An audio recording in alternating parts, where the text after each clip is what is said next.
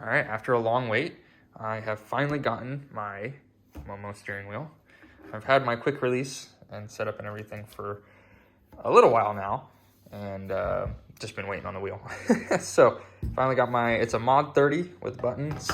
I'm gonna eventually wire one up to the horn, but I don't know what I'm gonna do with the other one. Might do, you know, if it's boosted, like a scramble button. I don't know. We'll see. We'll find out. But I guess I'll just make a quick video of throwing this into the car.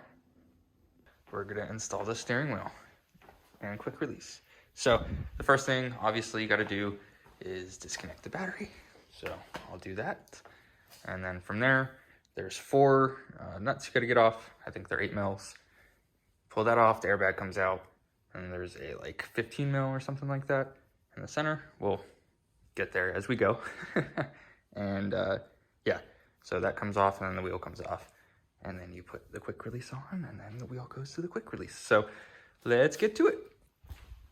Turns out the backs of the airbag here is a 10 mil, and pro tip, it's just easier to get them, like break them loose and then back them off with your hand or your fingers, because it's just a weird angle. And when it's loose, it's a lot easier just to unscrew it with your fingers. All right, so when you get the airbag off and unclip it, this is for the horn, this is for the airbag, you get to take off this 21 mil nut.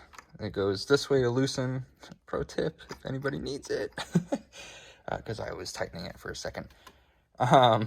So I just need to get this steering wheel off, and then when that's off, I can put the mount here, and yeah, the bolt goes over there, and then tighten it down, and you put the quick release to this, and put the wheel on.